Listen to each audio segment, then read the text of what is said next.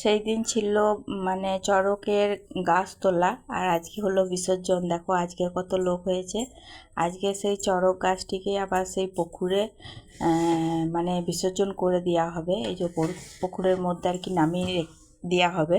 সে আবার 1 বছর পর বেরোবে, পরের বছর গাজনে, এই পরের দিনে, রাত গাজনের পরের দিনে।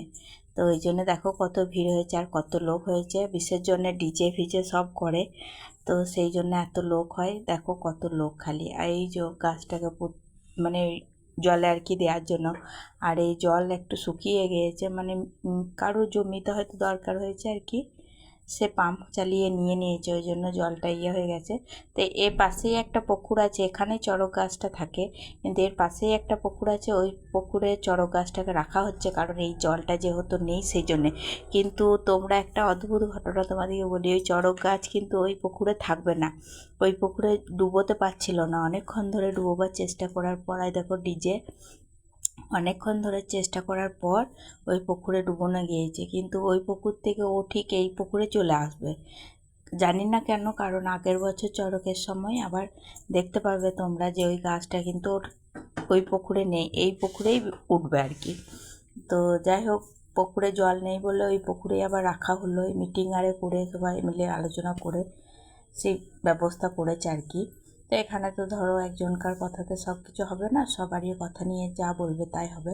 তো এই পাশাপাশি দুটো পুকুর আছে, তো এই পুকুরটাতেই থাকে, যেহেতু এই পুকুরে জলটা কমে গেছে সেই জন্য। দেখো ওই পাশেই আছে পুকুর, তো এই পুকুরটাতেই রাখা হচ্ছে গাছটাকে। তো অনেকবার ডুবানোর চেষ্টা করার পরও ডুবছিল না গাছটা কিছু মতেই, কারণ ও এই পুকুরে থাকে না, এই পাশের পুকুরটাই থাকে যেহেতু।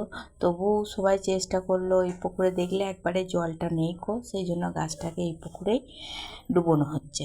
তো এই পুকুরে ডুবোনো হলেও বছরের শেষে কিন্তু সেই ওই পুকুরেই পাওয়া যাবে। জানি না বাবার কি মহিমা বা কি, আমরাও সঠিক জানি না, তবে সবাই বলছিল সেই সূত্রে আমরাও বলছি। তো সঠিক জানি না, এবার পরের বছর হয়তো তোমাদের সঙ্গে শেয়ার করতে পারবো যে ওই পুকুরে উঠেছে না উঠে নাই, সেটা হয়তো আমরা দেখে বলতে পারবো। তো দেখো এই পুকুরে জল রয়েছে বলে এই পুকুরে কত লোক দেখো খালি। তো চড়ক তোলার সময় এত লোক ছিল না, কিন্তু চড়ক বিসর্জনের সময় অনেক ডিজে ফিজে করে বলে প্রচুর লোক যায়, প্রচুর, মানে গোটা গ্রামই চলে যায় বলতে গেলে। চড়ক ওই দেখো উপরে রয়েছে, যে পুকুরে ছেলেগুলো নামাচ্ছে আর ওই যে গাছটাকে নামাচ্ছে। তো এত বড় গাছকে এখানে একটাল গাছ আর কি গাছ, তো সেই গাছকে সবাই মিলে ধরে নামাবে এবং ডুবোনোর চেষ্টাও করছিল অনেকক্ষণ ধরে।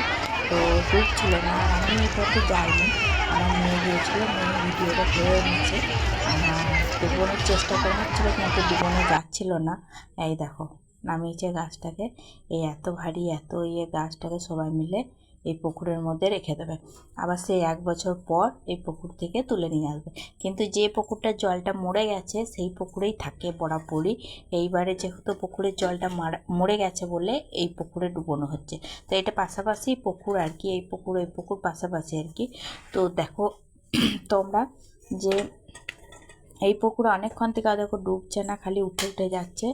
অনেকক্ষণ ধরে ওরা চেষ্টা করছে, উঠে যাচ্ছে, কিন্তু ওই পুকুরে একবার নামাবো মাত্রই ডুবে যায়। তো সেটা হচ্ছিল না এই পুকুরে।